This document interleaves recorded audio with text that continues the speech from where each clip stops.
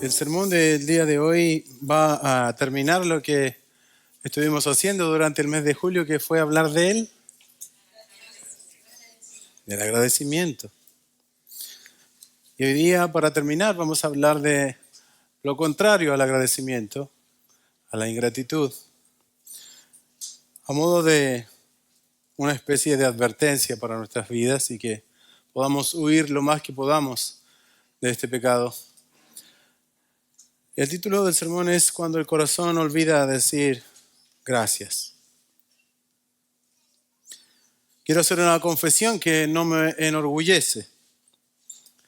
Cuando yo comencé a meditar en este tema de la gratitud, cuando las hermanas comenzaron a leer el libro Escoge Agradecer, que lo recomiendo de todo corazón, cuando comencé a ver el tema de manera seria, la percepción de ser agradecido cambió rotundamente en mi vida. En primer lugar, yo pensaba que la gratitud era algo opcional en el creyente. Que los creyentes conscientes y agradecidos, constantemente dando gracias al Señor, eran aquellos que llegaban a cierto punto de madurez, más elevada que otros. Que era algo más bien menor y que era parte del proceso de la santificación y crecimiento del creyente. Algo casi sin mucha importancia. Reitero, me avergüenza la confesión.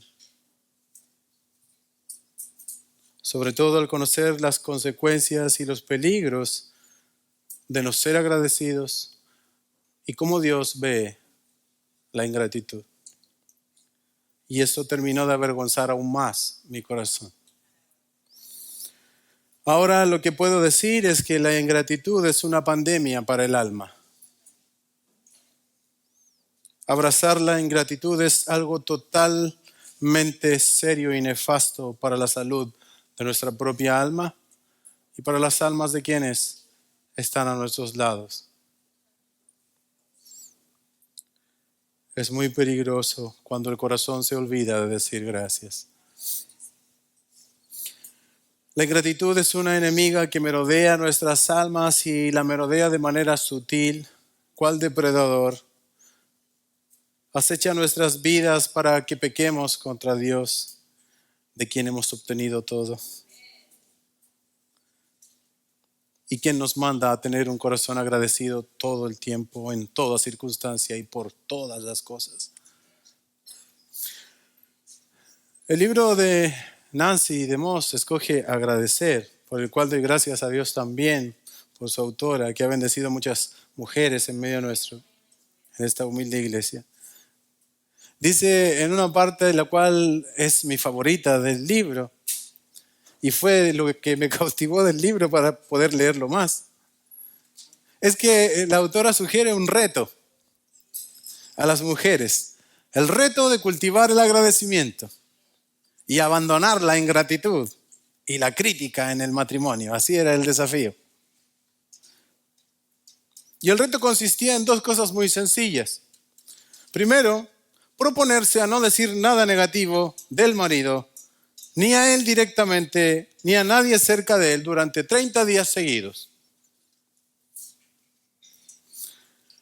Y la segunda parte del reto era proponerse expresar al menos una cosa buena o admirable de su esposo, o algo por lo cual dar gracias por ese hombre que tiene a su lado.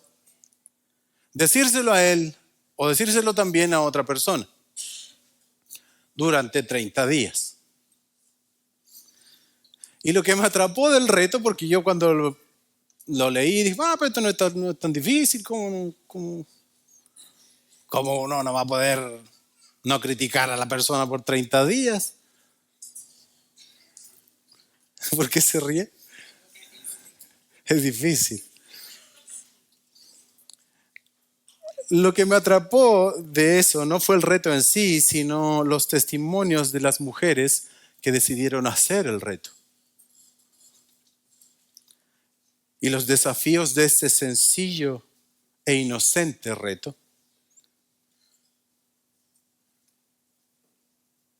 Estos desafíos de decidirnos a dedicarnos a agradecer y a no quejarnos o criticar. Lo cual insto de todo corazón que si usted quiere hágalo, pruébese. Y algunos testimonios son así como sigue. Ayer acepté el reto y hoy ya lo eché a perder. Pensaba que lo que me gustaba de mi marido al principio, hoy lo detesto.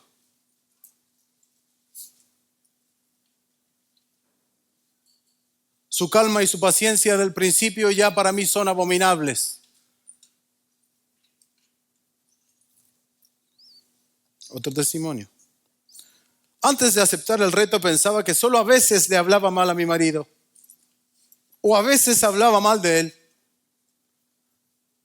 Pero fue sorprendente descubrir cuántas veces tenía pensamientos que debía contener para que no saliera algo malo de mi boca.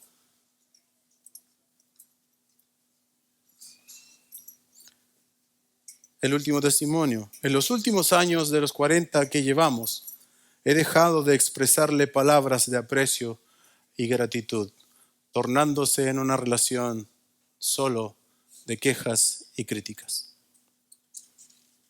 La misma autora dice esto, concluye ella de esta interacción con la gente a la cual ella conoce y que sabe más de este reto. Parece casi imposible para algunos contener la crítica y expresar gratitud. Es asombroso y sorprendente ver cuán difícil ha sido este simple ejercicio para algunas esposas. No es que lo de hoy es algo para las hermanas, estoy haciendo una introducción un poco larga.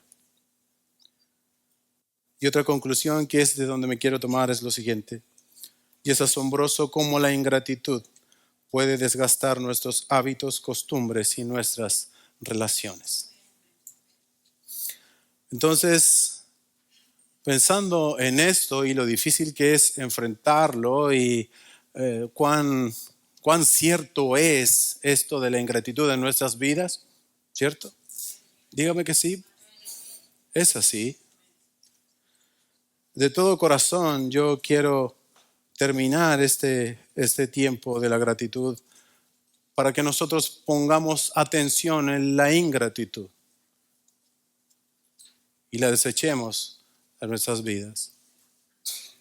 ¿Qué es la ingratitud?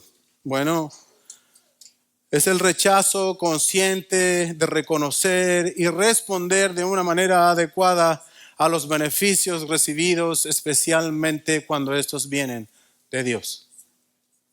Repito, es un rechazo consciente de reconocer y de responder de una manera adecuada a todos los beneficios que nosotros recibimos, especialmente cuando sabemos que vienen de Dios. No es una falta de cortesía. Ser desagradecido no es solo que soy descortés. Es un pecado que revela un corazón endurecido, autosuficiente o rebelde ante la gracia divina. El no estar consciente, es no estar consciente de los dones y de las bondades recibidos, que son todos absolutamente inmerecidos y que son todos por la gracia divina. Es no estar consciente de estas cosas.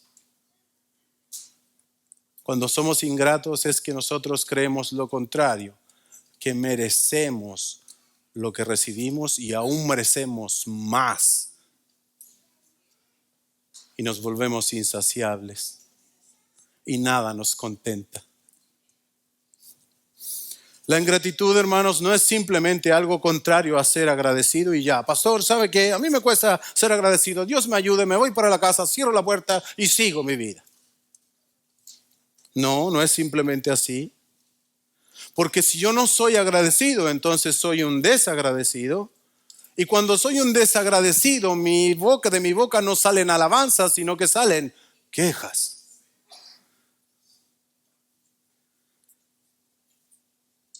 Y el que se queja delante de Dios es un ingrato y por ende estoy pecando contra Dios y contra mi prójimo, lo que abre a la puerta, hermanos, a un sinfín de otros pecados. La gratitud no puede ser opcional para el creyente. Y aunque parezca sutil, quizás usted tenía el mismo pensamiento que yo, que era algo así nomás, pero yo espero que hoy la podamos ver realmente como es y como Dios la ve, para que podamos rechazarla de todo corazón. Es muy peligrosa la ingratitud. ¿Por qué? Bueno, en primer lugar, porque es un pecado. Y además por cómo Dios se refiere a ella. Y eso a nosotros debería bastarnos. Ver cuál es la opinión de Dios o cómo Dios reacciona ante la ingratitud debería a nosotros causarnos una conmoción. ¿Por qué es peligrosa? Bueno, la ingratitud, como ya hemos dicho, es un pecado porque es lo opuesto a la voluntad de Dios, que es la gratitud. Como vimos antes en las primeras enseñanzas, Dios expresa que claramente es su voluntad que seamos agradecidos. Y cómo no, después de tanto que nos ha dado. Además, es muy peligrosa la ingratitud porque es muy hábil. Fácilmente nos derrota y la ingratitud puede ser la raíz principal de muchos otros pecados. La ingratitud nunca viene sola. Siempre viene acompañada de otros amigos que son también enemigos del alma. En la ingratitud se potencian la amargura, el enojo, las frustraciones, las quejas, los celos, la crítica, la autosuficiencia, etc. Es altamente nociva y peligrosa para nosotros y para quienes nos rodean. Es por esa razón que quiero exhortarlos a luchar contra cualquier indicio de ingratitud, a batallar con este pecado tan sutil que al parecer es como inofensivo, pero la realidad, hermanos, es que es altamente nocivo para el alma. Espero que nuestro corazón nunca deje de dar gracias. Ahora, ¿qué opina Dios acerca de la ingratitud? Que es mi punto principal de todo esto. ¿Cómo Dios la ve? ¿Qué dice acerca de los ingratos? ¿Qué dice acerca de la ingratitud en sí? Quizás no voy a ser capaz de responder todas esas preguntas, pero quiero acercarme un poco. En 2 de Timoteo, capítulo 3, verso 1 al 6, si quiere lo busca y se mantiene por ahí. Pablo le está escribiendo a su hijo Timoteo. Y en el capítulo anterior está dándole unas instrucciones acerca de los siervos aprobados, de cómo deben ser los siervos aprobados. Así son los siervos aprobados. Y le da un listado de características de personas que son probadas por la fe y están aptas para el ministerio, para ser ancianos. Y luego, en el capítulo 3, le da un listado de personas que son reprobadas en la fe, los cuales son falsos, los cuales tienen una apariencia de piedad, dice el texto, pero niegan su eficacia. Y a los cuales termina Pablo en el verso 6 del capítulo 3, diciéndole punto y coma, a los cuales evita. Entonces Pablo está dando una instrucción a Timoteo y le dice que la ingratitud es una de esas características de hombres reprobados de los últimos tiempos, de los cuales deben ser evitados. Lo repito. Pablo le está diciendo a Timoteo que en los últimos tiempos la cosa se va a poner difícil. Y los hombres que son reprobados en la fe, a los cuales hay que evitar, tienen algunas características incluidas que son ingratos. Ok, eso no te impacta tanto. Vamos a seguir. Leo el texto. Pero debes saber esto, Timoteo, en los últimos tiempos vendrán tiempos difíciles, porque los hombres serán amadores de sí mismos. Empieza a dar características de esos tipos de hombres. Avaros, jactanciosos, soberbios, blasfemos, desobedientes a los padres, ingratos, irreverentes, sin amor, implacables, calumniadores, desenfrenados, salvajes, aborrecedores de lo bueno, traidores, impetuosos, envanecidos, amadores de los placeres en vez de amadores de Dios, teniendo apariencia de piedad y habiendo negado su poder, a tales hombres evita. La ingratitud es una mala señal, que al ser confirmada como un estilo de vida, entonces deben prenderse muchas alarmas en nosotros. Ya sea en que nosotros mismos estemos mostrando estas señales o vemos que los que nos rodean están mostrando estas señales. En definitiva, la solución de Dios a tales cosas es evítalos.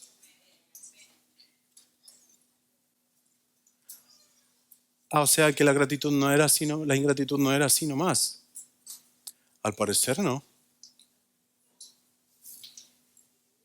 La ingratitud es como un ingrediente junto a muchos otros de un pastel que no debe comerse. Es como que el Señor dijera, este es un pastelito que usted tiene que tener cuidado de no comer porque va a engordar y va a morir. Y el pastelito tiene estos ingredientes: avaros, jactanciosos, ingratos, irreverentes, desobedientes a los padres, traidores, amadores de placeres en vez de Dios. Y ese pastel, el Señor dice, evítalo. ¿Lo entiendes? Ok. Parece inofensiva la ingratitud, pero está junto a otros que no nos causarían tantas dudas de que no son peligrosos. Este listado que les acabo de dar está al lado de cosas como estas que tú te pondrías así en alerta. Dice, amador de sí mismo. Oh, pastor, claro, evitemos a esas personas. Soberbios y blasfemos, ¿cómo no? Está claro en la Escritura que debemos condenar esas cosas, que Dios mira de lejos a los soberbios y el pecado imperdonable es la blasfemia contra el Espíritu Santo. Por lo tanto, sí, Pablo tiene razón. Hay que evitar ese tipo de personas que están mostrando una pésima señal. Aborrecedores de lo bueno, amadores de placeres, desenfrenados. Claro, no, son pésimas y peligrosas señales. Personas amadoras de placeres, sin control, sin dominio propio. Con razón el Señor dice que los evitemos. Pero también está en ese listado desobedientes a los padres, irreverentes, y entre medio está ingratos.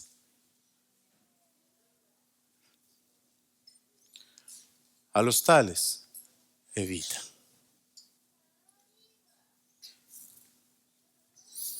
Si eso no es suficiente para poder ir causando en nosotros algún tipo de rechazo a la ingratitud, está Romanos 1:21,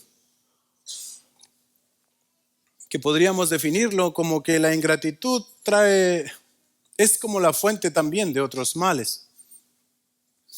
En este texto de Romanos 1 en adelante, y si usted quiere lo lee en casa y lo medita. En este texto, para los que han leído Romanos, forma parte de un potente argumento donde Dios muestra que está revelando su ira hacia los hombres por algunas razones. Y que los ha entregado por esas razones a sus propias pasiones, cayendo en pecados muy dañinos, destructivos y con consecuencias nefastas para su alma. Y el párrafo sigue este siguiente pensamiento, por así decirlo: que la ira de Dios se revela contra toda injusticia de los hombres que restringen también con injusticia la verdad, porque Dios se dio a conocer a través de lo creado. Su sabiduría, su inmenso poder han sido claramente visibles por medio de la creación, pero los hombres, a pesar de que Él se reveló claramente y que tuvieron este tipo de conocimiento acerca de Él, dice el texto, no le reconocieron, no le honraron ni le dieron gracias. Eso a mí me impresionó. ¿Se acuerda que yo le decía que para mí la gratitud era una... Pero el texto dice que cuando no lo reconocieron, el argumento de Pablo en Romanos, fue porque no le honraron y no le dieron gracias.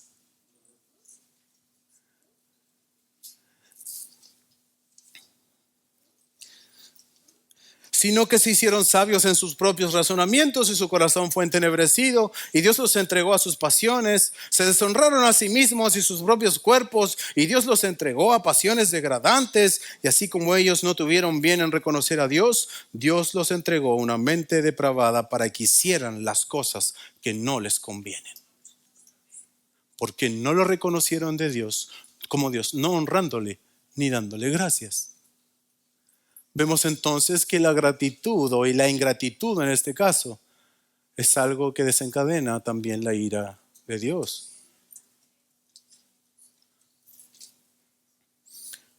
¿Cuál fue el punto de partida de la ira de Dios hacia el hombre según Pablo aquí en Romanos? Bueno, que no lo reconocieron, es decir, que no le honraron ni le dieron gracias. La ingratitud no es insignificante o inofensiva. En este caso es la fuente principal de otros males. Acuérdese que dada estas circunstancias, Dios los entregó a una mente depravada. Fue fuente principal para Dios de que su ira se desatara y que entregara a los hombres a sus propias pasiones y perdición. Dice por ahí, no sé quién decía esa frase, no la anoté aquí, pero no es mía. Una persona desagradecida está a punto de abrirse a otros tipos de pecados. Es como una puerta de entrada a otros pecados.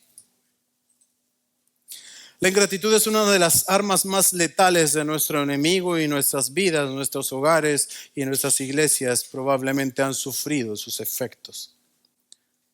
La falta de alegría, la falta de armonía puede tener su raíz también en la ingratitud.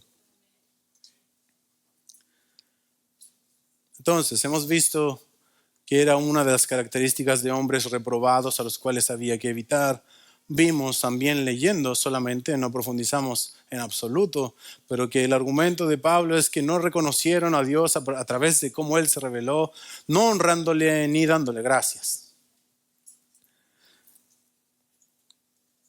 Y ahora, que es el punto fuerte de mi argumento, para lo cual dejé estos 20 minutos. Es decir, con todas sus letras, hermanos, que la ingratitud provoca la ira de Dios. Y para eso quiero que tú vayas a Números, capítulo 11 en adelante.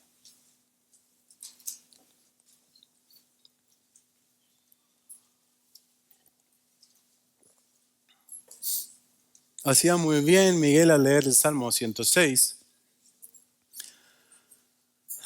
Y quiero que pensemos y meditemos un poco para posicionarnos y darnos más contexto a lo que yo quiero decir.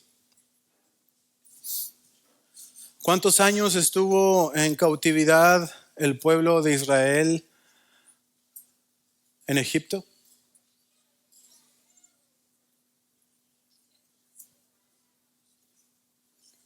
400 años. ¿Tú puedes llegar a imaginar 400 años de esclavitud? Por favor, te pido que medites un poco en esto porque es muy importante. Piensa en las implicancias, piensa que, no sé, pasaron 4 o 5 generaciones de esclavos.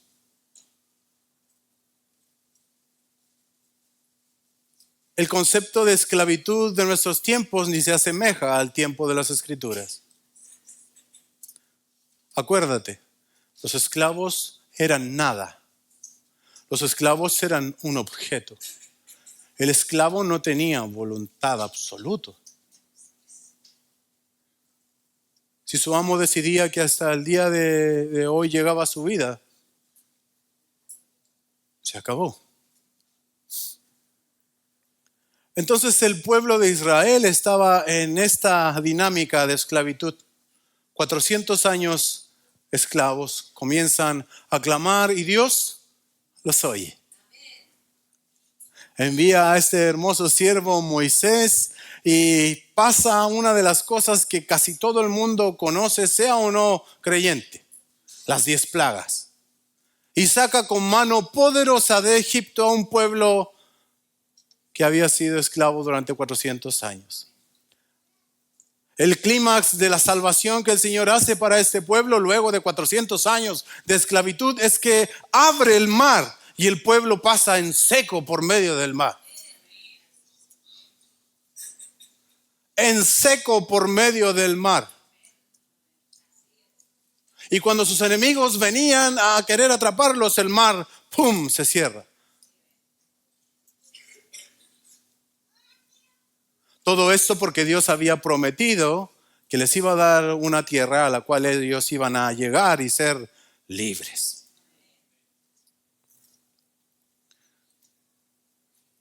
Ok. Estamos en Números 11, luego de todos estos acontecimientos. Lo que yo voy a hacer es ir leyendo algunas porciones que quiero que tú sigas y medites. Voy a ir parando, voy a ir enfatizando algunas.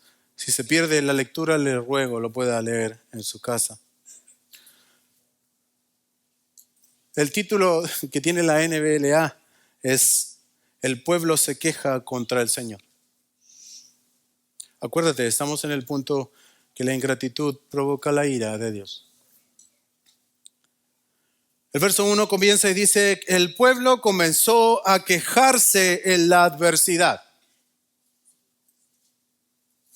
A oídos del Señor, y cuando el Señor oyó, se encendió su ira.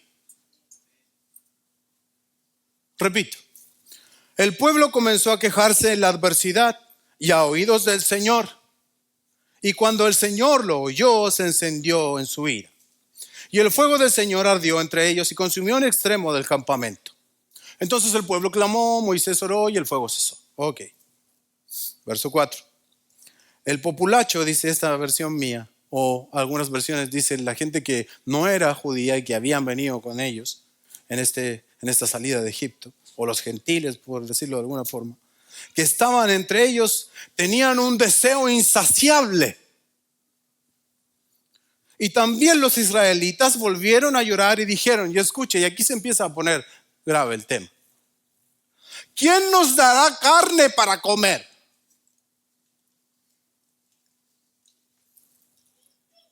Nos acordamos del pescado que comíamos gratis en Egipto. De los pepinos, de los melones, de los puerros, las cebollas y los ajos, pero ahora ni siquiera tenemos apetito. No hay nada más para nuestros ojos excepto este maná.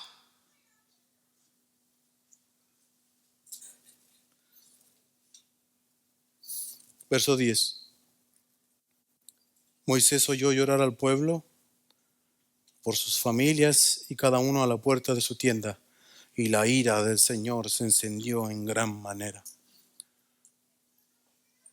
Y además a Moisés no le agradó esto, y comenzó su propia queja delante del Señor. Y le dijo: ¿de dónde, verso 13, de dónde voy a conseguir carne para darle a todo este pueblo?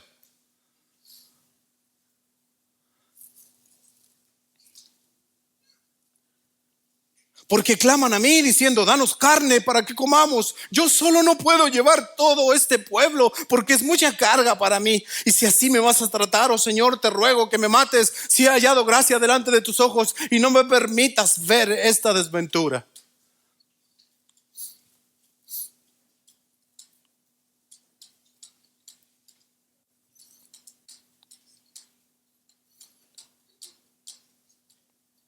Verso 18. Primero el Señor está misericordioso y resuelve ese problema de Moisés y le dice: yo te voy a dar 70 hombres para que lleven la carga contigo y voy a darles el mismo espíritu que tienes tú. Problema resuelto. Ahora dile al pueblo que se reúna, en el verso 18, conságrense para mañana y comerán carne. Pues han llorado a los oídos del Señor diciendo: ¿quién nos diera a comer carne? Porque nos iba mejor en Egipto. El Señor pues les dará a comer carne y ellos comerán. No comerán un día, no comerán 2 días, no comerán 5 días, ni 10 días, ni 20 días, sino todo un mes, hasta que les salga por las narices y les sea aborrecible, porque han rechazado al Señor que está entre ustedes y han llorado delante de Él diciendo: ¿por qué salimos de Egipto?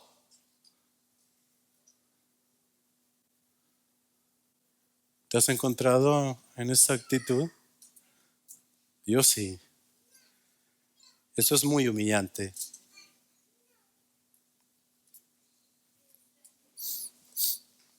Moisés todavía no entendía. Y le dijo: Señor, ¿sabes qué? Somos 600,000. ¿Acaso vamos a tener que matar todos los animales que trajimos de allá de Egipto para que coman carne? ¿Bastarán todos los peces del mar para saciar a todas estas personas? Son 600,000, Señor. ¿Cómo se te ocurre? Más encima le dijiste que era por 30 días. Hubiese sido uno, pero ¿cómo por 30?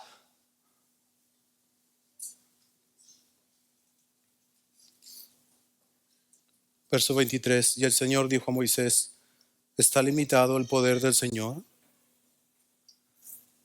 Ahora verás mi palabra si se cumple o no. Yo conversaba este milagro con mi hija y ella se impresionaba, porque yo trataba de explicárselo, porque realmente es impresionante. El pueblo quería carne. El Señor dijo que le iba a dar carne por 30 días. ¿De dónde va a sacar la carne? No se me hubiese ocurrido. ¿Dónde? Pero le dije yo a mi hija: al Señor solo le bastó esto, hija, mira.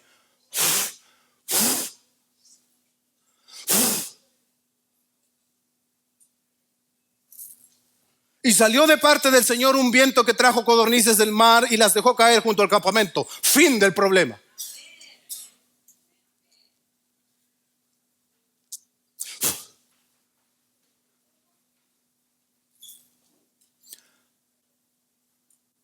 ¿Dónde quedó la angustia? Si querían carne, ¿por qué no solamente pidieron de buena manera? Ahora, como un día de camino de este lado y un día de camino del otro lado, por todo alrededor del campamento, y como por 2 codos o casi 1 metro de espesor sobre la superficie de la tierra, fueron que cayeron codornices. Yo le decía a mi hija: imagínate esto. En Los Ángeles somos 200,000 habitantes, más o menos. Ahora imagínate que el campamento era 3 veces más que eso.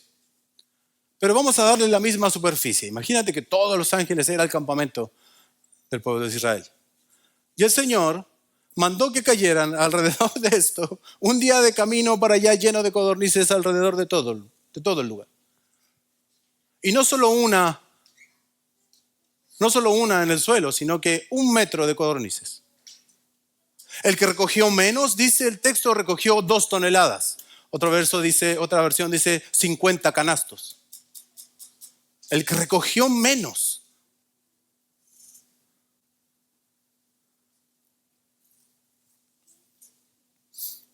Dios quiere darles una lección. No lo olvides. Y eso todo nace de la ingratitud, de la queja.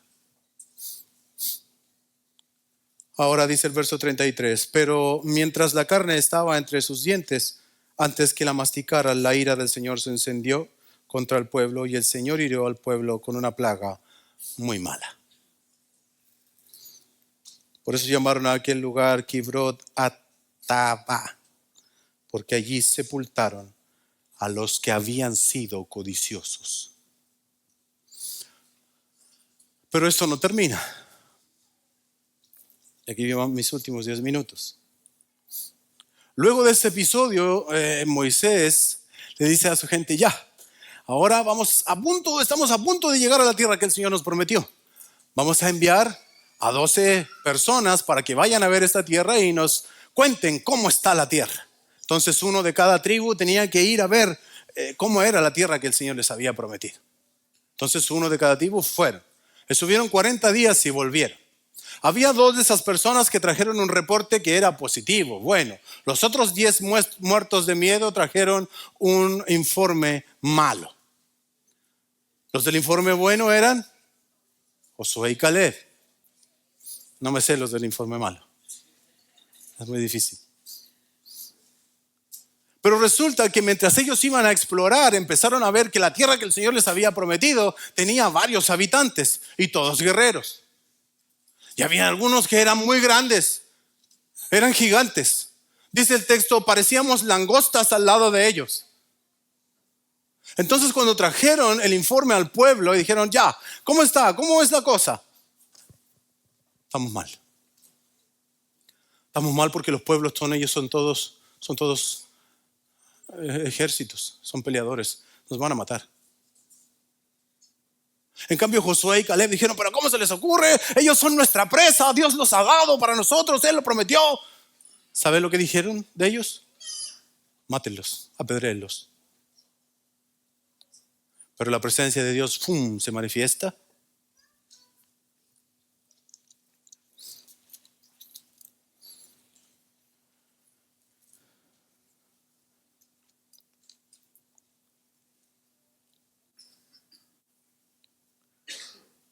Antes de eso, me salté esta parte que quería decirles. Antes que Josué y Caleb dieran su informe positivo, el pueblo nuevamente comenzó a quejarse y estas son sus palabras. Capítulo 14, verso 1 en adelante. ¿Lo tiene?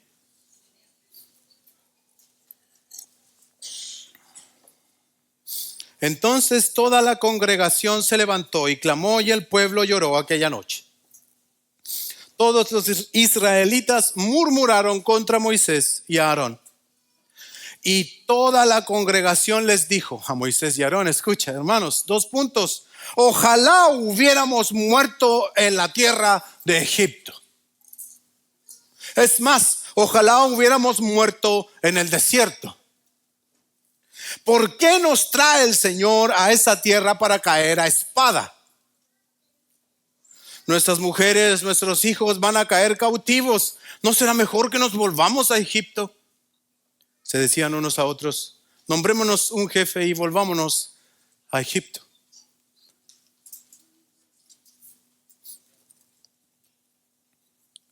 Luego de que el pueblo dijo estas cosas y Josué y Caleb dijeron lo que les conté, entonces la gloria del Señor se apareció en la tienda de reunión a todos los israelitas.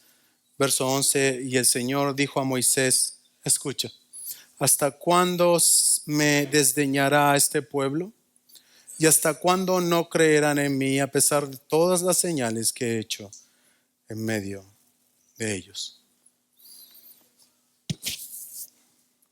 Luego viene algo muy hermoso que sucede, que Dios estaba decidido a eliminar a este pueblo y dice, ya Moisés, de ti ahora así que yo voy a levantar una nación buena, porque estos ya me colmaron. Moisés va e intercede por ellos y le dice, Señor, no hagas eso. ¿Qué van a decir los egipcios? ¿Que tú no pudiste salvar a este pueblo? Perdónalos, ¿cómo lo has hecho? Le dice en el verso 17, pero ahora yo te ruego que sea engrandecido el poder del Señor, tal como tú lo has declarado. El Señor es lento para la ira y abundante en misericordia, y perdona la iniquidad y la transgresión, pero de ninguna manera tendrá por inocente al culpable, sino que castigará la iniquidad de los padres sobre los hijos hasta la 3ª y 4ª generación. Perdona, te ruego, la iniquidad de este pueblo conforme a la grandeza de tu misericordia, así como lo has perdonado a este pueblo desde Egipto hasta aquí. Una vez más mostrando a Moisés que era el hombre más humilde de la tierra. Verso 20, entonces el Señor dijo, los he perdonado según tu palabra. Pero, ciertamente vivo yo, que toda la tierra será llena de la gloria del Señor. Ciertamente todos los que han visto mi gloria y las señales que hice en Egipto y en el desierto, y que me han puesto a prueba estas 10 veces y no han oído mi voz, no verán la tierra que juré a sus padres, ni la verá ninguno de los que me desdeñaron. ¿Qué quiero decir luego de estos 15 minutos de leer estas partes?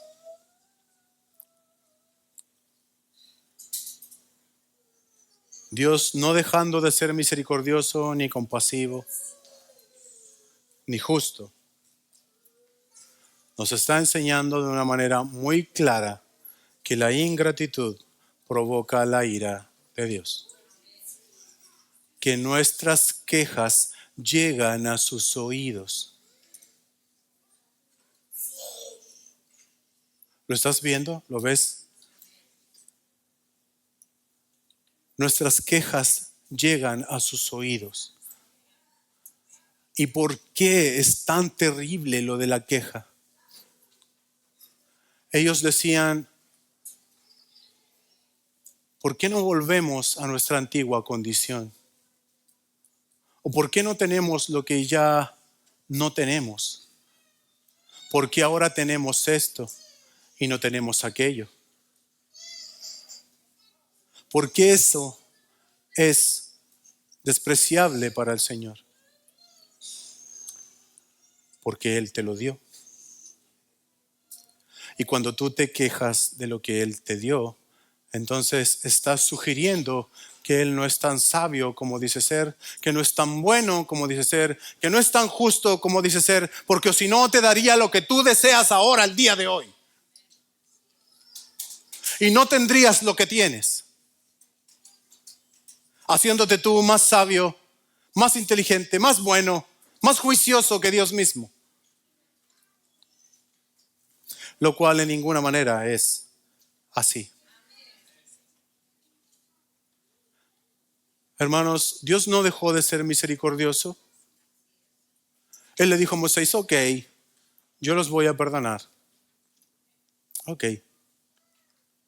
Pero ellos van a morir en el desierto. 10 veces fue suficiente para mí. 10 veces ellos me han despreciado de esta manera, quejándose y diciendo, ¿por qué nos sacaron de Egipto? ¿Acaso se olvidaron de sus propias oraciones? ¿Acaso se olvidaron que ustedes eran los que clamaban, sálvanos de Egipto, Señor? Ese es el gran problema de la ingratitud, la amnesia. Olvidar todos los beneficios del Señor.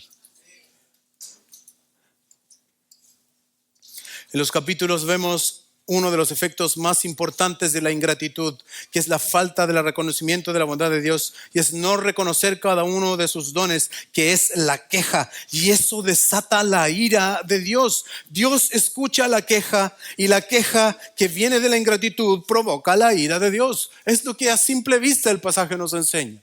Una mirada muy general. El pueblo se quejó, Dios se hastió de la queja y Dios actuó.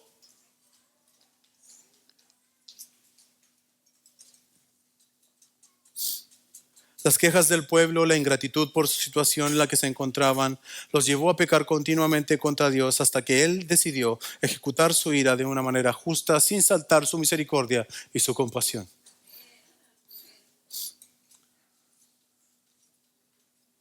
No sé cómo decirlo de manera más clara. Que el Señor decida alguna cosa de nosotros no lo hace injusto. Podría muy bien Él decirnos, bueno, ¿cuántas veces ya no hemos hablado de este temita? ¿Sí o no?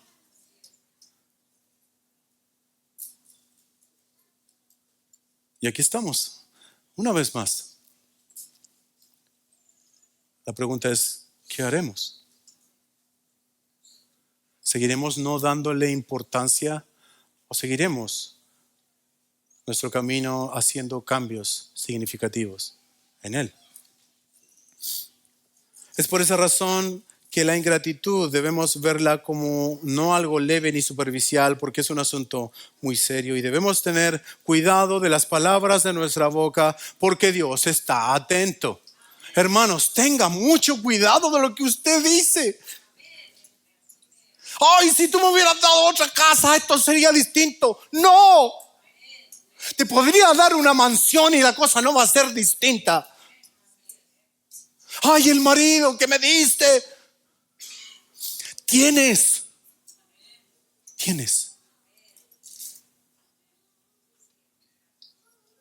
Él te lo dio. Y además tú lo elegiste, nadie te obligó. A ser responsable también. Ay, es que si esto fuese así, entonces sería distinto. ¿Estás seguro? ¿No será que nuestros corazones están insaciables? Y una vez que venga eso, ya voy a volver a pensar en otra cosa y nada me va a hacer feliz. ¿Por qué no podemos ser felices en lo poco? Si lo tenemos a Él, lo tenemos todo, ¿por qué nuestra cara no está expresando esa bendición y esa alegría? ¿Qué más necesitamos? Tengamos cuidado con nuestras palabras. Oh, el trabajo que tengo. ¿Es ese trabajo el que te da pan? ¿Es ese trabajo el que te da vestido, calzado? ¿Es ese trabajo el que te permite tener tu casita? Hasta un auto tienes. Sí, pero que no es como el del hermano Omar. Pero eso fue lo que el Señor te dio a ti.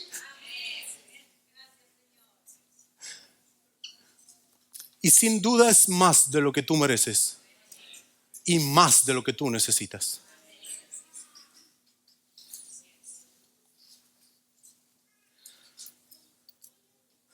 Si tan solo tuviese otro, si tan solo tuviese otra esposa, otro auto, otro esto, otro aquello, no te olvides de lo que tienes. Fue que Dios fue quien te lo dio para su gloria, para tu bien, y Él espera que agradezcamos porque no merecíamos nada de lo que tenemos.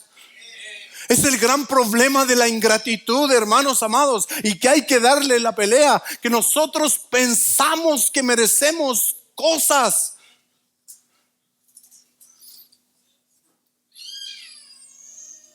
Hay algo que sí o sí es claro que tú y yo merecíamos. Y es que la paga del pecado es muerte. El que peca contra Dios ha de morir por su pecado. Y muchos de los que aquí estamos podemos decir, Él ha perdonado nuestro pecado. ¿No es acaso suficiente? ¿Cuánta gente sin trabajo? ¿Cuánta gente sin techo? Sin padres, sin madres, sin hijos? Y tú tienes. ¿Cuántos sin abuelos? Y tú tuviste 4. ¿Cuántos sin salud? ¿Cuántos sin pies para caminar? Ni ojos para ver, sin boca para cantar. Y nosotros sí, y aún así nos quejamos, olvidando a Dios que nos ha dado tanto. Esto es muy peligroso. Eso es lo que quiero decir, hermanos, porque no es posible que con tantas bendiciones nosotros seamos quejumbrosos y malagradecidos. Porque basta solamente compararnos con otros y se acabó el problema.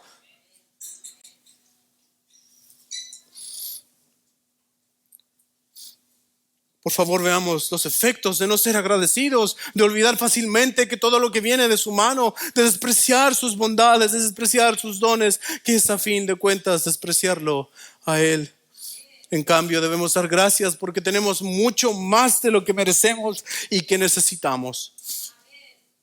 Que el Señor nos haga conscientes de lo mucho que tenemos, pero aún así nos quejamos. Eso no está bien. Debemos priorizar y saber cómo demostrar gratitud con otros, con todos aquellos que nos dan y que han sido generosos con nosotros. Es nuestro deber como creyentes ser agradecidos. Es lo normal. A veces la amargura por causa de la ingratitud. A veces la amargura es por causa de la ingratitud. Y por no entender que todas las cosas vienen de Dios como regalos inmerecidos, que nublan tanto los pensamientos que pensamos incluso que merecemos algo tan delicado y lleno de gracia como la ayuda. Me explico. Hay personas que han malentendido tanto esto que piensan que la iglesia, por ejemplo, tiene el deber de ayudarlos.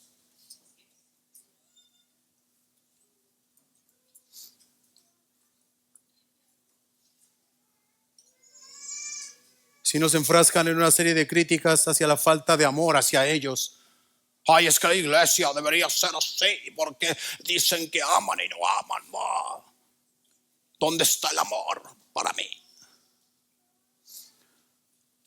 ¿Mereces el amor?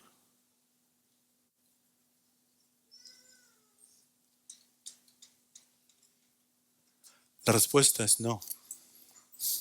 No merecemos el amor. Y aunque está dentro de sus principios que la iglesia debe acudir en ayuda, no lo mires como que es una obligación para ti. Ahora, lo que tú tienes que hacer es ayudar. Ayuda.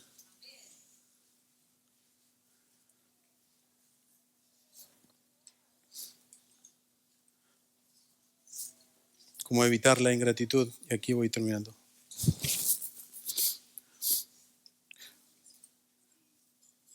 No tengamos mala memoria. No olvidemos sus beneficios.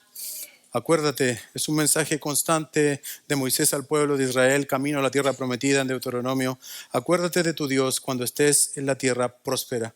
Cuando olvidamos los dones que nos dan, nos olvidamos al Dios que nos dio los dones. Pero ¿qué pasó con todo esto? Salmo 106, como leía Miguel, verso 21. Olvidaron al Dios de su salvación que había hecho grandezas en Egipto. Valora lo que tienes. No tengas una alta estima de ti mismo que creas que mereces lo que tienes. Por favor, hermanos, no pienses que lo que tienes, tus bienes, tu trabajo, tu profesión, es porque tú lo mereces. Esto es muy impopular. Yo sé que eso no le gusta a nadie.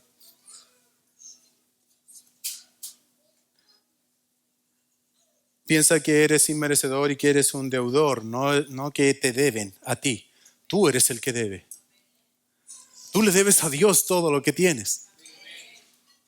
No es que ni Dios ni la gente te deba cosas a ti. Eres tú el que debes.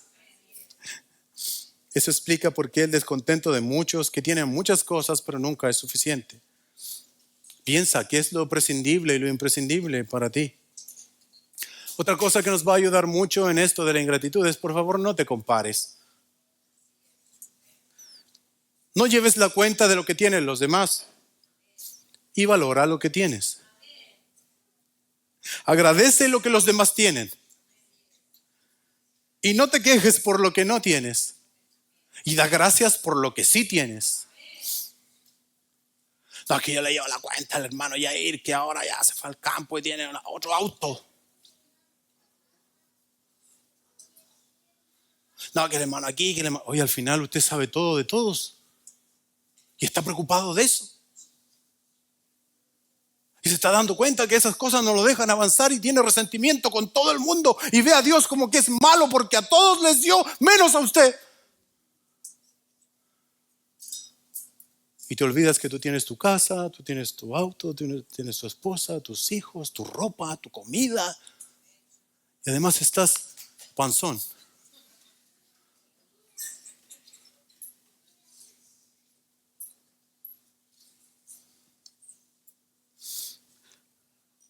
No te compares, no lleves la cuenta de lo que tienes los demás y valora lo que tienes. Un bebé con su mamá trabajando en un día de lluvia fue lo que nos pasó el viernes. Iba mi esposa, el tata, Pilo y mis hijos en el auto. Todos con casacas, todos con sus ropas calentitos dentro del auto de mi mamá. Íbamos a comprar zapatos para que no se les pase el agua porque la Dita no los puede ver con zapatos que era así. Y había en una esquina, con toda esa lluvia torrencial del viernes,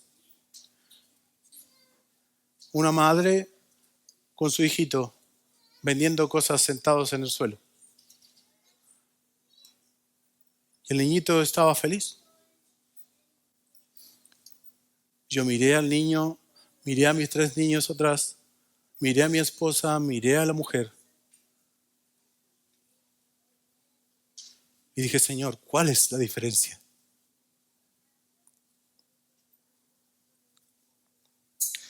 Ninguna si no fueras tú. Ninguna si no fuera por ti.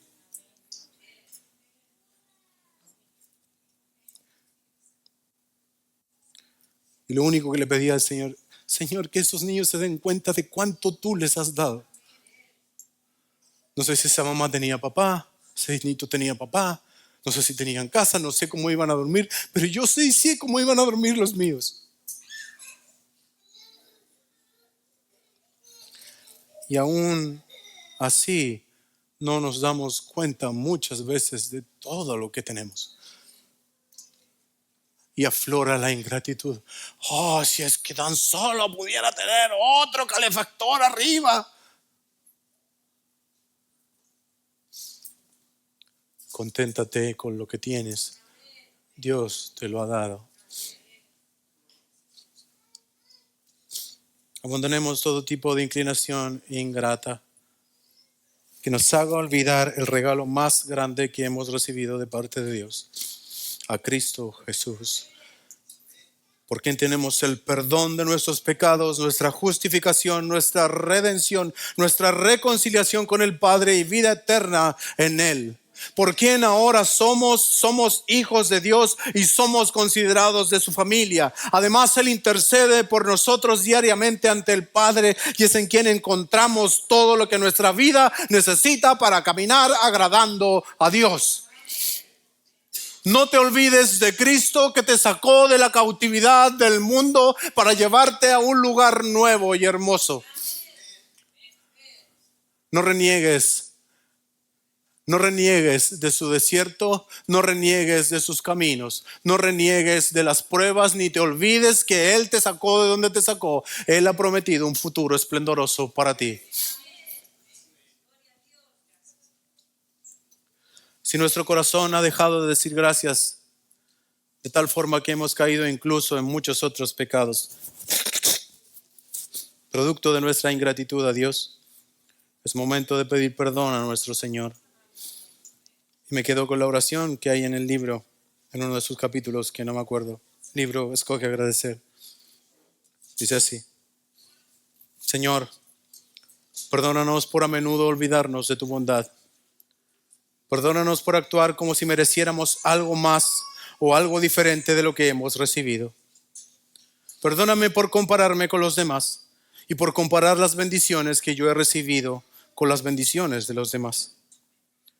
Perdóname por no tener en cuenta muchas de tus expresiones de tu gracia y por permitir que raíces de orgullo y ingratitud crezcan en mi corazón. Perdóname porque muchas veces y de muchas maneras desprestigio tu carácter y bondad al verbalizar mi descontento y quejarme con los demás. Concédeme, oh Señor, un espíritu de verdadero arrepentimiento y un corazón que siempre abunde en gratitud hacia ti y hacia los demás. Oremos.